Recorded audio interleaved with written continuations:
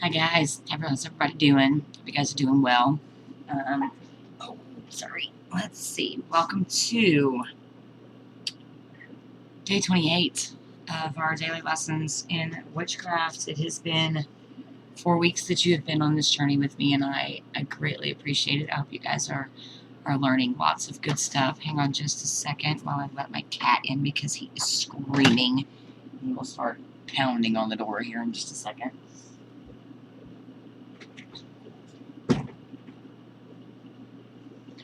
Okay, sorry about that, guys. He's out in the living room with the Dobermans, and they'll start picking on him here in a minute, and it won't be pretty.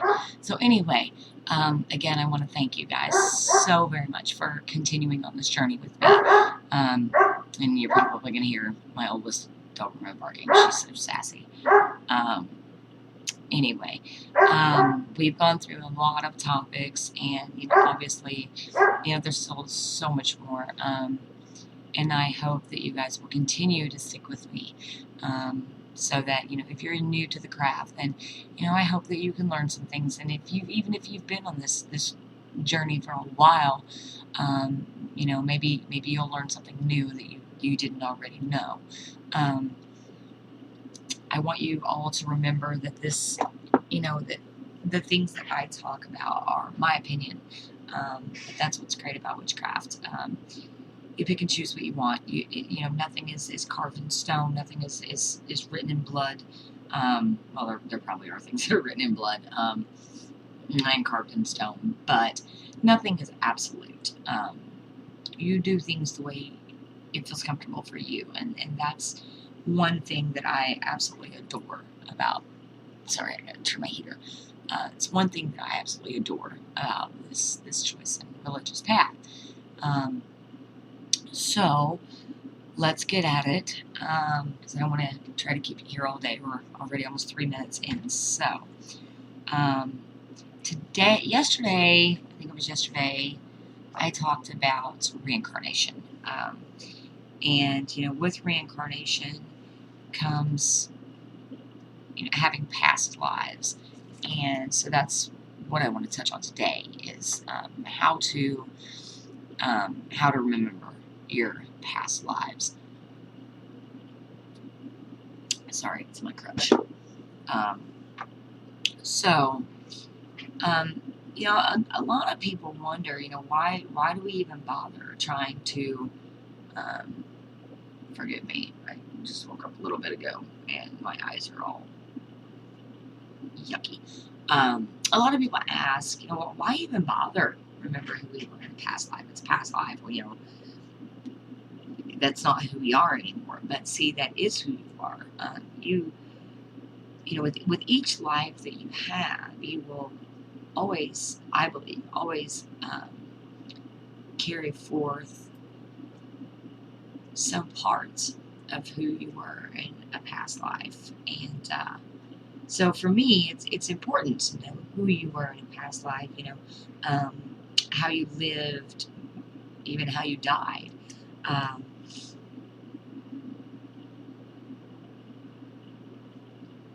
Sorry, like I said, I just woke up. I didn't sleep well last night. Insomnia hit me again. Have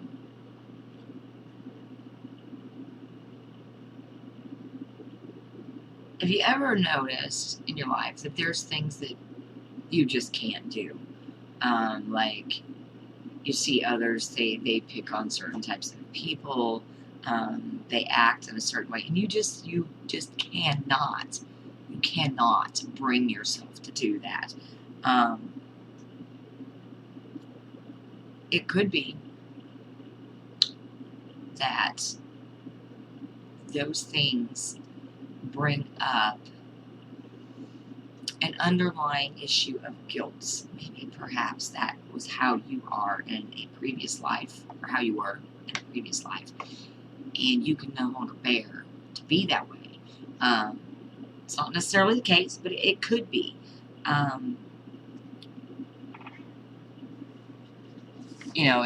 It could also be that it was something that it could be a way that you were treated in a past life, and you decided, that you would never, ever, ever, ever condone acting that way. as children, as young children, we're not in control of our destiny yet. Um, we're pretty, as small children, we're pretty well stuck in a web of. Oh, I'm so sorry. I am so tired. I gotta wake up. I gotta play darts tonight. As young children, we're stuck in a web of learning from our parents, being taught by our parents, being socialized by our parents and society. And I'm really sorry about my hair. I got bedhead. We're wrapped in a web of social training and education in school and things of that nature. So, as a child, those things control our destiny, basically. And so, it's very important as an adult to never, ever, ever forget the time that you spend as a child, even if it is bad, even if you do have a horrible childhood. It is important to remember that, because it does shape who you are as an adult. I'll tell you a real brief story that will kind of reiterate why it's important to not forget who you were as a child. My mother was adopted at the age of 4. Okay, actually, she was the second of 5 children. Her older brother and her were not supposed to be separated because my mother was 4, and my Uncle Richard was 7, 8 years old. And she was so attached to him that the family and the lawyers didn't believe that she would thrive had they been separated. Well, the judge that adopted my Uncle Richard had already adopted a little girl and didn't want another one. So in essence, what he did is he basically made my mother not exist. He changed her name, he changed her date of birth, her place of birth, he changed everything about her. I guess in his way, of covering up what he did, because, that was the agreement, that they were to not be separated. So my mother was adopted at 4 by an older couple. My grandparent, I call them my step-grandparents, were in their late 40s when they adopted my mother. They already had three boys, but they wanted a little girl. And my grandmother was very abusive, very, very wicked to my mother. And this carried into her adult life. It wasn't just something that happened in her childhood. It carried over into her adulthood, and it carried on to me. She was very wicked to me as well. The only difference was I didn't have to put up with her because she wasn't my mother, and I wasn't going to put up with her because I'm entirely too headstrong for that. And it's not how I was raised. But you hear so many cases of parents who are abusive to their children, and then it comes out later on that they were abused as children. My mother, growing up, when she became an adult, she decided that ring of abuse stopped with her. She swore to herself that she would never, ever, ever treat her children the way she was treated by 2 people who chose her. They adopted her. It's not like my grandmother got pregnant and gave birth to her. They adopted her. And they, my grandma was very wicked. I mean, she would, it was my mother's job in the morning to wash the breakfast dishes and put them away. And, before she went to school. And then when she would go to school, she would get in the cabinets and rearrange everything. And then when my mother would come home, she would be beaten because dishes were not put up where they were supposed to be. And my mother knew my mother knew at 7, 8 years old. She knew exactly what my grandmother was doing. There was nothing she could do about it at 7, 8 years old. My mom was born in 1949, so this would have been in the mid to late 50s. What was she gonna do? My mother knew she was adopted. There were many times that she would ask, where's my brother Richard? And they would tell her, you don't have a brother. Or you don't have a brother Richard. It was not a very nice situation. So my mother chose to end that cycle with herself. My father, and my mother has since passed away. My father, who has also passed away, was a raging alcoholic. I mean, raging alcoholic. The man drank 3 cases of beer a day and a pint of liquor a day. It's a lot of alcohol. And he was not necessarily physically abusive. He was very emotionally abusive. We were not allowed to use the heat in our home. We had to use the fireplace because using the heater cost too much money in electricity. He could buy his alcohol.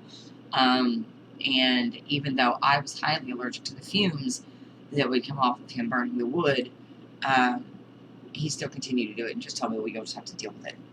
You'll just have to deal with it. So I grew up with a lot of breathing problems, with asthma and bronchitis and things of that nature. And my father chose the alcohol over me numerous times. And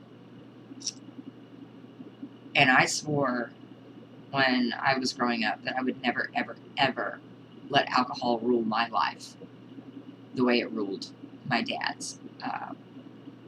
He did ultimately quit drinking, though, very shortly before he passed away. It was about 10 years. I think him and I didn't speak the last 9 years he was alive. And I regret that. I do. I regret that. But I tried, and none of my family members would tell me where he was. I wanted to make amends. Nobody would tell me where he was. But I swore that I would never, ever allow alcohol to take over my life like that. So that cycle ends with me. I have alcoholics all over my family, on my mom's side and my dad's side. I swore that would never be me. Now, I like to go out and drink. I'll go out and have a few beers. But is that something that I need in my life? No. It's nothing for me to go into a bar 4 or 5 nights a week and not drink one alcoholic beverage. My husband's the same way. So that cycle ended with me. As it did with my husband, there are a lot of raging alcoholics in his family as well. And he decided that it stopped with him. So as you can see, the pattern of our lives, it starts as a child. And then if there's something in your childhood that you don't like, once you become an adult, you fix it. It's up to you. If you were abused, I am terribly sorry, but it is up to you to change it. You have no excuse to abuse your children. I'm going to school to be a clinical therapist. And so I understand these cycles. It doesn't matter. Okay, you can change it. Okay, now I'm going to get off my soapbox. So anyway, I wanted you to see there that, as adults, we have the ability to change the destiny that we were given as children. Okay, sorry, this is just driving me completely batty. I've got that. There we go. It's not going to stay there. So anyway,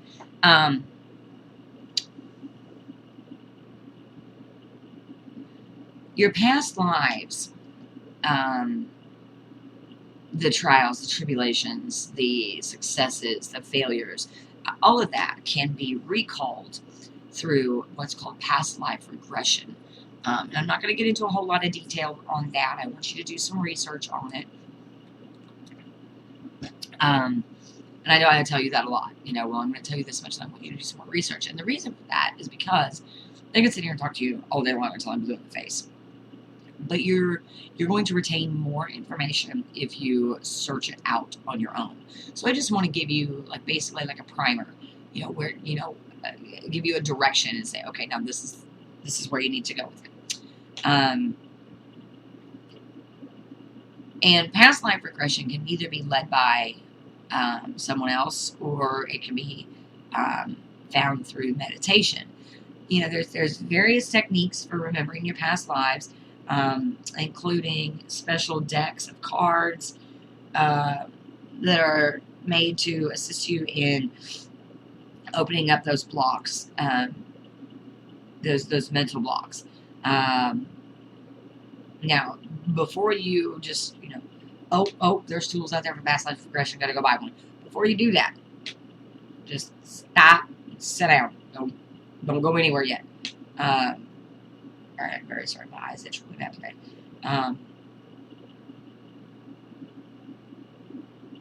You can, I am so sorry. You can tap into your past lives through meditation. So I want you to try that first, okay? Before you run out and buy anything, I want you to try using meditation first. And basically what you're going to do is, you're going to open up your chakra centers and protect yourself in your usual manner. And I want you to, in your mind, I want you to design a very special place, like a temple. And this place is going to be known only to you. It's going to be your secret space, your secret place, okay?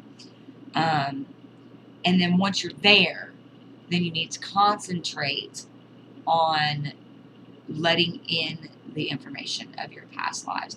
And you may meet someone so you may meet someone in this meditation that is going to give you the information that you're looking for. You may come upon some old writings that will give you the information, or an old book that may give you the information that you need. And oh my goodness, I do apologize. Eventually, you will get the answers. And it may not happen the first time. That hair is just... Anyway, I'm going to sit here and fight with my hair whilst I talk to you.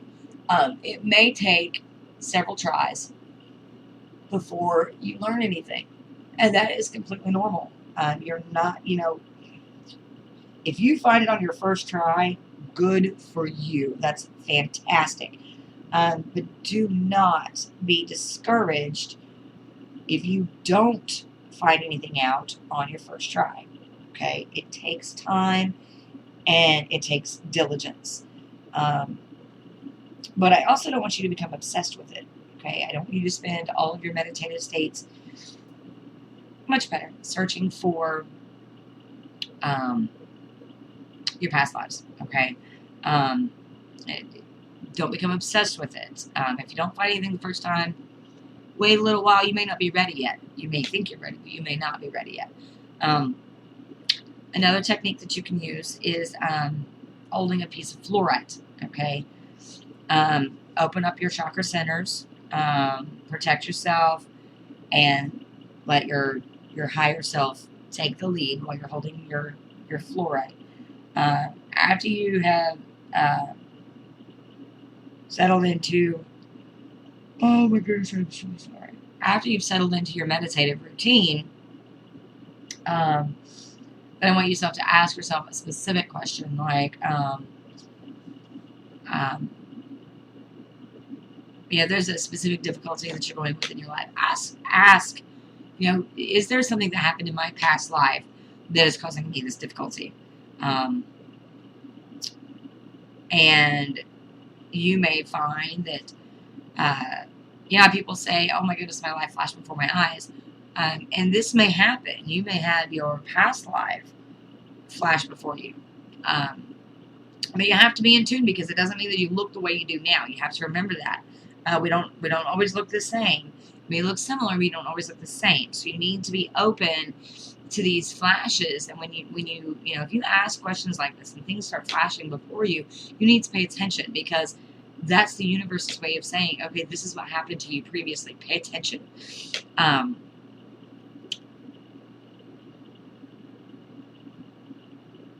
You don't need to know the entire story of your entire lifetime. Okay? You just need to know what is going to be useful to you. So, don't try to get every little minute detail. You don't need all that. You need to know what is going to help you get through any trials and tribulations that you're having at the moment.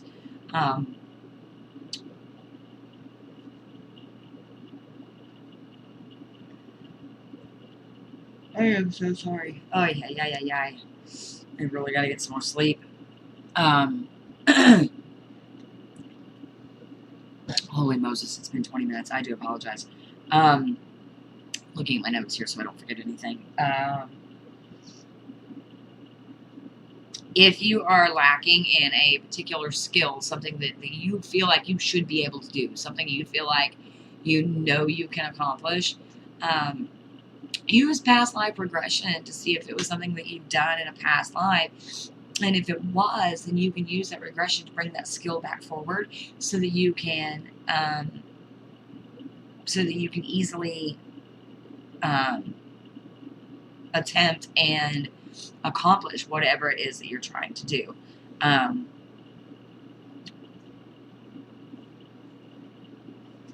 And, you know, this past life regression, you know, to bring forth skills works not only in the magical world, but it also works in the mundane world as well. You know, I want you to form your own opinions on everything, okay? On not just this, but everything that I teach. And especially on the theologies of life and death, the cycles of life, the cycles of death, reincarnation, where we go when we die, whether there's a heaven and hell, you know, things of that nature. That's stuff that you need to draw your own conclusions about. No one can tell you this is right and this is wrong. Okay, no one can tell you that. So that's why I always tell you, research. Go to your favorite search engine, type in, you know, past life regression, and see what, you know, different ways you can come up with. Try them all, you know, and if you find one that really works for you, stick with it, or try various different ones. You never know, there might be another one that works even better. Never stop trying, never stop learning. You know, our brains are an open book, with many blank pages, and as witches, we need to fill those pages as much as we possibly can so that we can pass that information on to the younger ones coming up that choose this path. That's going to be that. Something for you to think about.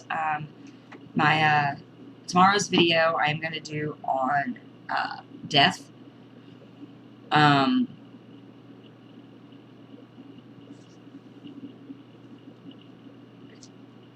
I am so sorry.